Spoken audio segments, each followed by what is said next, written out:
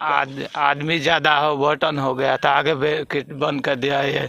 हाँ। सब आफत तफरी हो गया, और एक पे एक चढ़ के मर गए, 16 आदमी एक जगह मर गए। नहीं तो उस समय आपकी पत्नी, आपकी बच्ची, आपकी माँ उस समय कहाँ थी लोग? रास्ता चल रहा था, हाँ। रास्ता में भगदड़ हो गया, ज्यादा आदमी को हो गया कारण।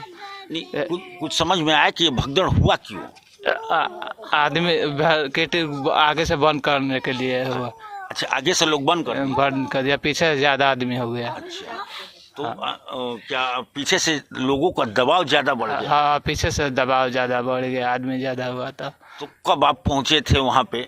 4 बजे ट्रेन से पहुंचे थे, वहाँ पर 5 बजे पैदल पहुंचे थे, 5 बजे कांड हुआ। अच्छा, तो वो 1 घंटा तक बचा रहे थे पत्नी को, बच्ची को। 1 घंटा जूझ रहे, नहीं बचा, दब के मर गई। अच्छा, उस समय आप कहाँ थे, आपकी माता जी कहाँ थे? माता बिछड़ गई दूसरा और अच्छा, हम वो बच्ची पत्नी संग थे।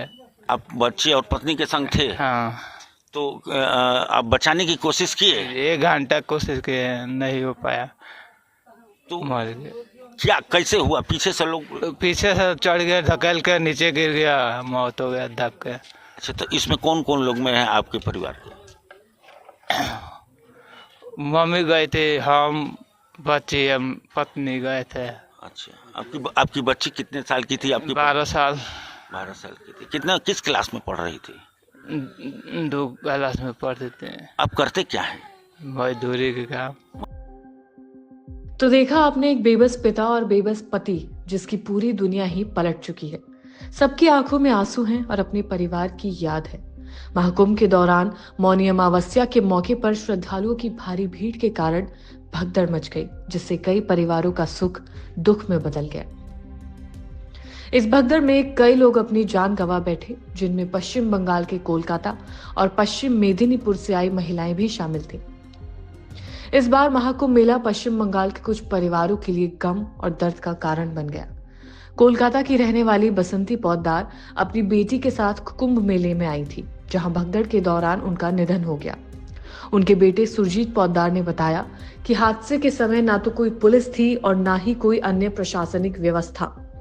उन्होंने कहा कि जब भगदड़ मची तब कोई पुलिसकर्मी या स्वयं सेवक मदद के लिए नहीं आया। अगर सुरक्षा के उचित इंतजाम होते तो यह हादसा नहीं होता। उन्होंने ये भी बताया कि उनकी मां 45 मिनट तक वहीं पड़ी रही, लेकिन कोई भी मदद करने नहीं आया। 3 लोग उनकी मां पर गिर गए थे। करीब 15 मिनट बाद उन्हें उठाया गया, लेकिन पुलिस कहीं नहीं दिखी। बाद में स्थानीय लोगों ने उनकी मदद की। जब वो अपनी मां को हॉस्पिटल ले गए तो डॉक्टर्स ने उन्हें मृत घोषित कर दिया। हालांकि उन्हें अभी तक मां का मृत्यु प्रमाण पत्र नहीं मिला है और हॉस्पिटल प्रशासन ने इसे देने में देरी बताई है। पश्चिम मेदिनीपुर की 78 साल की उर्मिला भुइया भी इस भगदड़ में अपनी जान गंवा बैठी। वो कुंभ मेले में पवित्र स्नान करने आई थी, लेकिन उनके परिवार के लिए ये यात्रा बहुत ही दुखद साबित हुई। उर्मिला की बहू ने बताया कि उन्हें घटना की जानकारी एक रिश्तेदार से मिली, जो खुद घायल हो गई थी। उसने हॉस्पिटल से फोन करके बताया कि उर्मिला अब इस दुनिया में नहीं रही। यह हादसा प्रशासन की लापरवाही को भी उजागर करता है। इसके अलावा पीड़ित परिवारों का कहना है कि भगदड़ के दौरान पुलिस और सुरक्षा बलों की कोई उपस्थिति नहीं थी। अगर वहां सुरक्षा की अच्छी व्यवस्था होती तो कई जिंदगियां बचाई जा सकती थी। इसके बाद पीड़ितों के परिवारों और स्थानीय लोगों ने सरकार से मांग की है कि आगे चलकर ऐसी घटनाएं से बचने के लिए सुरक्षा के बड़े इंतजाम किए जाएं। भगदड़ के बाद मुख्यमंत्री योगी आदित्यनाथ के सख्त निर्देश के तहत प्रशासन ने मेला क्षेत्र में सुरक्षा के उपायों का कड़ा इंतजाम किया है। सीएम योगी के आदेश पर मेला क्षेत्र के लिए 5 बड़े फैसले लिए गए हैं, ताकि भविष्य में ऐसी घटना ना हो। पहला बदलाव ये है कि मेला क्षेत्र को नो व्हीकल जोन घोषित किया गया है। अब मेला क्षेत्र में किसी भी तरह के वाहन का प्रवेश प्रतिबंधित रहेगा।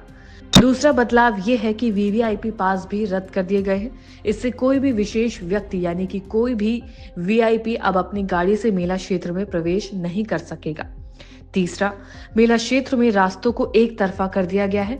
इससे श्रद्धालुओं के लिए एक दिशा में रास्ते तय किए गए हैं, ताकि उन्हें आसानी से मेला क्षेत्र में और बाहर जाने में परेशानी ना हो।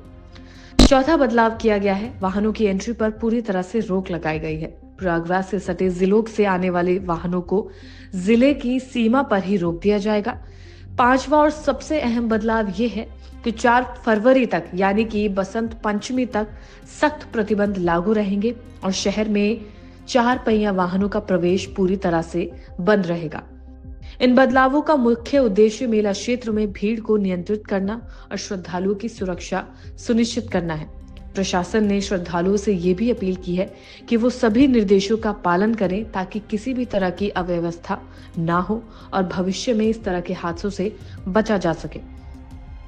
प्रशासन अब किसी भी लापरवाही का खतरा नहीं लेना चाहते हैं और यही कारण है कि सख्त नियम लागू किए गए हैं। हालांकि कई ऐसी तस्वीरें सामने आई हैं, कई ऐसे लोगों के दुख दर्द सामने आए हैं जो बयां कर रहे हैं जिन्होंने अपनी माँ को, अपनी बहन को, अपने पिता को और अपने बच्चों को खोया है। उनका दुख, उनका दर्द कोई प्रशासन नहीं बदल सकता, उनकी पीड़ा को अब कोई कम नहीं कर सकता। हालांकि आने वाले समय में क्योंकि और लोग पहुंचने की संभावनाएं हैं और आगे चल के अमृत स्नान भी होना बाकी है, ऐसे में प्रशासन के लिए इस वक्त सबसे ज्यादा जरूरी है कि वहां की व्यवस्था पर खास ध्यान दिया जाए। हाल ही में जब मौनी अमावस्या पर ये पूरी भगदड़ मची है, उसके बाद से प्रधानमंत्री मोदी और योगी आदित्यनाथ के बीच में कई बार बातचीत हो चुकी है और प्रशासन को अलर्ट पर रहने के लिए कहा गया है। पुलिसकर्मी भी पूरी तरह से तैनात हैं, हर तरफ से नजर रखी जा रही है, हेलीकॉप्टर से नजर रखी जा रही है, लोगों के खाने पीने की व्यवस्था की जा रही है। हालांकि लोगों का जो कहना है वो यही है कि प्रशासन ने कोई मदद नहीं की, प्रशासन ढीला था जिस वजह से लोग मारे गए। लोगों का कहना है कि सुरक्षा के इंतजाम ठीक तरीके से नहीं थे, रास्ते कई ज्यादा बंद कर दिए गए थे, चारों तरफ से रास्ता बंद था, बीच में एम्बुलेंस थी जिस वजह से लोग जा नहीं पाए और काफी ज्यादा लोग मारे गए। हालांकि अभी तक जो आधिकारिक बयान सामने आया है उसमें यही बताया गया है कि करीब 30 लोग इसमें मारे जा चुके हैं और 60 से ज्यादा लोग इसमें घायल हुए हैं। हालांकि पुलिस का इन सबको लेकर क्या कहना है, क्या नए बदलाव किए गए हैं, सुनिए।